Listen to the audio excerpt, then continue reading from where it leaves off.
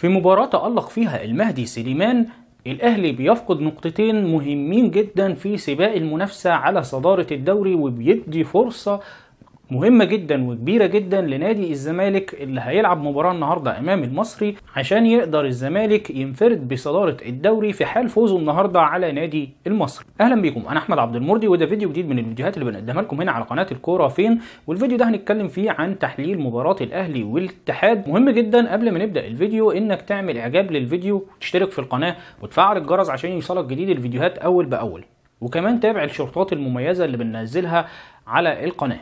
الأهلي بدأ المباراة بوجهة نظري بغلطتين، الغلطة الأولانية كانت أخطاء في التشكيل، والغلطة الثانية كانت أخطاء في الأدوار المطلوبة من اللاعبين في الملعب. الغلطة الأولى في التشكيل كانت إنك تبدأ بخالد عبد الفتاح على حساب ياسر إبراهيم في مركز المساك. الغلطة الثانية كانت هي إنك تبدأ بعمرو السولية في نص الملعب بأدوار دبل بيفوت، وهبقى اشرح لكم الجزئيه دي قدام بشكل تفصيلي اكتر. الغلطه الثالثه هي انك تبدا بكهربا في دور المهاجم بدل ما تبدا بطاهر في دور المهاجم، وتلعب بواحد من الاثنين سواء بيرستاو او رضا سليم في مركز الجناح. دي كانت الاخطاء الموجوده في التشكيل من وجهه نظري. اما بالنسبه للاخطاء اللي كانت موجوده في الملعب، فالاخطاء اللي كانت موجوده في الملعب هي انك تطلب من واحد زي عمرو السولية ان هو يقوم بدور الدبل بيفوت، او الدبل بيفوت دوت هو ببساطه حاجه شبيهه بمركز رقم 6 ولكن بمهام اقرب لمركز ما بين المركز رقم 8 والمركز رقم 6، بحيث ان يبقى مطلوب من عمرو السولية ان هو يقوم بدورين. الدور الاولاني هو في حاله صناعه اللعب، ان هو يكون موجود مع احمد كوكا على اليمين، هو يتواجد على اليمين واحمد كوكا يكون موجود على الشمال، واثناء بناء الهجمه يكون موجود في المركز دوت. اثناء الحاله الدفاعيه مطلوب منه ان هو يؤدي ادوار دفاعيه فيها مجهود بدني كبير هو ما يقدرش يؤديها في الفتره الحاليه او في المرحله الحاليه من مسيرته الكرويه، وفي المقابل بيبقى مطلوب منه ان هو يقدم ادوار هجوميه معتمدة على أكتر المهارة الكروية، أو إن هو يكون لعيب كوير، لعيب عنده كورة كويسة، والحتة دي موجودة عند السولية. فهتلاقي إن السولية كان بيقوم بالأدوار الهجومية بشكل كويس، ولكن كان عنده مشاكل في إنه يؤدي الأدوار الدفاعية. على العكس أحمد حسن كوكا كان مطلوب منه إن هو يؤدي الأدوار الدفاعية والأدوار الهجومية بشكل كويس. أحمد حسن كوكا مميز في الأدوار الدفاعية ولكن عنده أخطاء في الأدوار الهجومية. وطبعا مع قلة مجهود عمرو السولية في الادوار الدفاعيه، فبقى الحمل اكبر على احمد كوكا في انه يغطي المساحه العرضيه بتاعه نص الملعب، ويغطي وراء الباكين لما بيتقدموا سواء اكرم او يحيى عطيه الله، ان هو يغطي وراهم المساحات ديت. فبالتالي بيقوم بمجهود كبير جدا، وبلس ان هو في الخطه او في دور الدبل بيفوت بيبقى مطلوب منه كمان مش بس ان هو يبني اللعب، ان هو كمان يطور اللعب، وان هو يشارك في الكرات الثانيه، وان هو يزيد في الهجمات بتاعه الاهلي. فبالتالي كان بيقوم بمجهود جبار لحد ما استنفد المجهود اللي عنده، وبدأ دوره يقل او مجهوده يقل، وبدأ يعمل اخطاء كتيرة في التمركز وفي البساطة. خلينا نروح سريعا للحالات الجدلية اللي كانت موجودة في المباراة. المباراة اتحسب فيها ضربتين جزاء، وما اتحسبش فيها كورة، او في كورة فيها شك للنادي الاتحاد. الحقيقة ان في اكتر من كورة فيها شك ليه كمان النادي الاهلي، ولكن مش كتير بيتكلم عنها. كرة نادي الاتحاد في اعتقادي هي قدام حاجة من الاثنين. الحاجة الأولانية إن الكرة اتلعبت بالعرض وعدت من يحيى عطية الله، وعدت من المهاجم بتاع الاتحاد، خبطت في صدر يحيى عطية الله أولا، وبعدين راحت خبطة في إيده. في الحالة ديت الكرة المفروض إنها مش ضربة جزاء، لأن في تغيير للكرة من مسافة قريبة، وبالتالي ما كانش عنده فرصة إن هو يغير شكل ايديه او وضع ايديه في الكوره ديت. في حاله ان الكوره تخطت المهاجم وتخطت يحيى عطيه الله بشكل مباشر، فالكوره لمسه يد وتستاهل ضربه جزاء. وكان الغريب بالنسبه لي ان ما حصلش مراجعه للفار. فالكوره تحتمل حاجه من اتنين، يا اما انها تكون مش ضربه جزاء في حاله انها لمست اللاعب مرتين، مره في صدره ومره في رجله ومره في ايديه، لان الكوره ما كانتش واضحه وهي بتتلعب في المباشر، باينه كأن حصل لمستين، لمسه في جسم يحيى عطيه الله اولا، ثم جت في ايديه. وفي زاويه تصوير ثانيه او في كادر تصوير ثاني لما شفنا الكوره باينه كأنها عدت بشكل مباشر وخبطت في ايديه بشكل مباشر. لو الكوره خبطت في ايديه بشكل مباشر فهي ضربه جزاء لا محاله.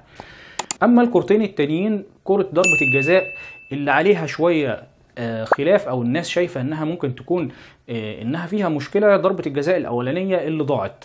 ضربة الجزاء الأولانية اللي ضاعت من وجهة نظري أنا هي ضربة جزاء صحيحة. ليه؟ لأن الكرة بمنتهى البساطة اللاعب عمل المخالفة برجليه أو بالجزء العلوي من رجله، وبالتالي كان هو تمركزه نفسه كان ورا خط ال 18، يعني هو كان جوه خط ال 18، فبالتالي أي غلطة هيعملها هو كده كده الكرة هتتحسب من جوه المنطقة، وبالتالي من وجهة نظري كضربة جزاء هي ضربة جزاء صحيحة ما فيهاش مشكلة. ضربة الجزاء بتاعة طاهر اعتقد انها مش محتاجة كلام، هي ضربة جزاء واضحة وضربة جزاء صحيحة. كان في كرة لاكرم توفيق في الدقيقة 54 كانت تستحق ان يتعمل لها فار تشيك او مراجعة للفار، لان الكرة كان فيها احتمالية ضربة جزاء لأكرم توفيق برضو على نفس اللاعب مروان داوود اللي بيعمل تدخلات عنيفة جدا جوه منطقة الجزاء، ولكن ما تمش الرجوع فيها للفار. في شوية ملاحظات كنت شايفها برضو على اللعيبة كان عندها إصرار غير طبيعي على إنها تسدد برجلها الضعيفة أو برجلها الشمال. إمام عاشور جات له 3 كور ب3 تسديدات، ال3 تسديدات او ال4 تسديدات اللي عملهم اثناء الماتش منهم 2 أو 3 برجليه الشمال، وال2 أو 3 اللي لعبهم برجليه الشمال بره المنطقه تماما.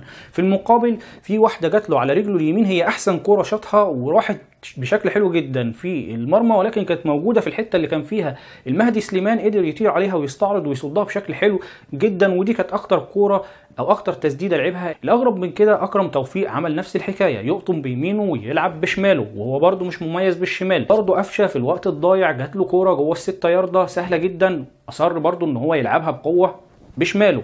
في كوره كانت في الدقيقه 78 كوره اللي سددها السوليه وتابعها حسين الشحات، برضو من ضمن الحاجات اللي مستغربها جدا. هي طبعا فيها تألق غير عادي من المهدي سليمان اللي كان عامل مباراة غير عادية وبيستحق جايزة رجل المباراة عن جدارة يعني، ولكن الغريب بالنسبة لي هي ان الكرات ديت كان ممكن بمنتهى البساطة انك تهدي اللعب شوية وتلم اللاعب اللي داخل عليك او تلم اللاعب اللي جاي مندفع سواء المهدي سليمان او المساك اللي جاي معاه، وتلم الكرة على يمينك انت فتحت الزاوية خلاص والاتنين طلعوا بره اللعبة، تقدر تحطها بسهولة في اي زاوية من زوايا المرمى كان بالكامل هيبقى مفتوح قدامك. الكرة دي حصلت مع حسين الشحات، حصلت مع قفشه في الدقيقه 92 كوره سهله جدا برضو حاول يحطها بشكل مباشر برجليه الشمال من جوه ال6 ياردة، كان يقدر يستلم ويلم براحته على يمينه او يلم بشماله ويفتح الزاويه على يمينه ويلعب في اي زاويه من زوايا المرمى اللي كان هيبقى خالي تماما قدامه. كان سهل جدا ان هو يخرج المهدي سليمان بره اللعبه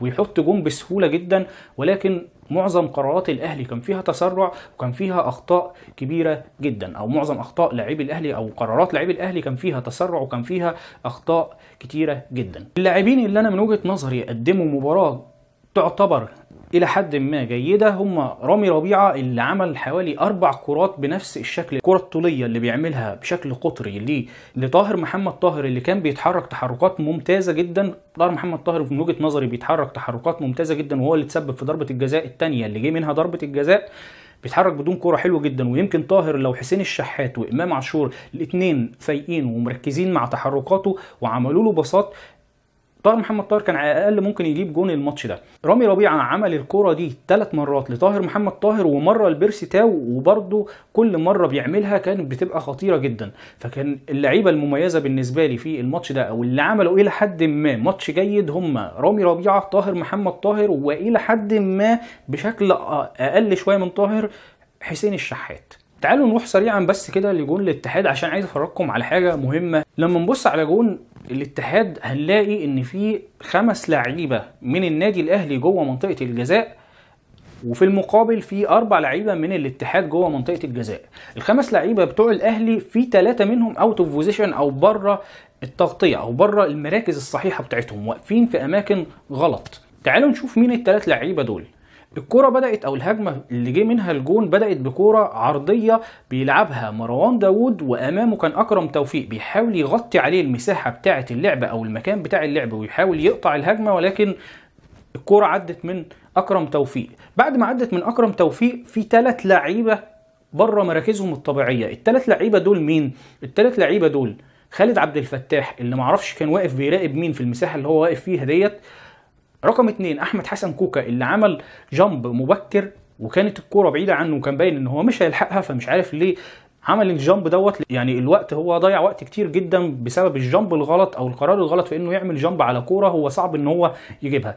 اللاعب الثالث اللي كان واقف في تمركز غلط هو عمرو السولية. عمرو السولية طبيعي، واللي انا بشوفه منه ان هو لعيب ذكي، فكنت منتظر منه ان هو بما انه شايف ان في مساحه غلط او في لعيبه واقفه في مساحه غلط، كنت متصور منه ان هو هيعمل تغطيه في المكان اللي المفروض يتواجد فيه خالد عبد الفتاح، ولكن ما عملش الكلام دوت. فبالتالي اضطر رامي ربيعه لما لقى المهاجم بقى منفرد لوحده ومفيش حد بيضغط عليه ان هو يروح بين دفاع ويحاول يغطي المساحه اللي قدامه، وزي ما تيجي لاعب شاطها وراحت في الزاويه العكسيه.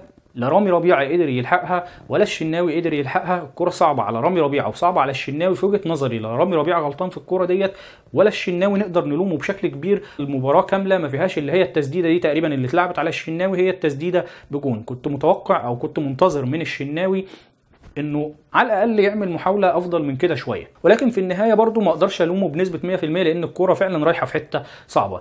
الثلاثه اللي عليهم اللوم في المقام الاول خالد عبد الفتاح، في المقام الثاني احمد كوكا، وفي المقام الثالث عمرو السولية، دول الغلطانين في لقطه الهدف. شكرا انكم كملتوا الفيديو لحد الاخر. لو عجبكم الفيديو ما تنسوش تعملوا اعجاب للفيديو وتشاركوه على مواقع التواصل الاجتماعي. مهم جدا كمان انكم تشتركوا في القناه وتفعلوا الجرس عشان يوصلكم جديد الفيديوهات اول باول، وما تنسوش تتابعوا الشورتات او الفيديوهات القصيره اللي بننزلها على القناه، هتعجبكم. شكرا ليكم، كان معاكم احمد عبد المرضي، انتظروني في فيديو جديد. سلام.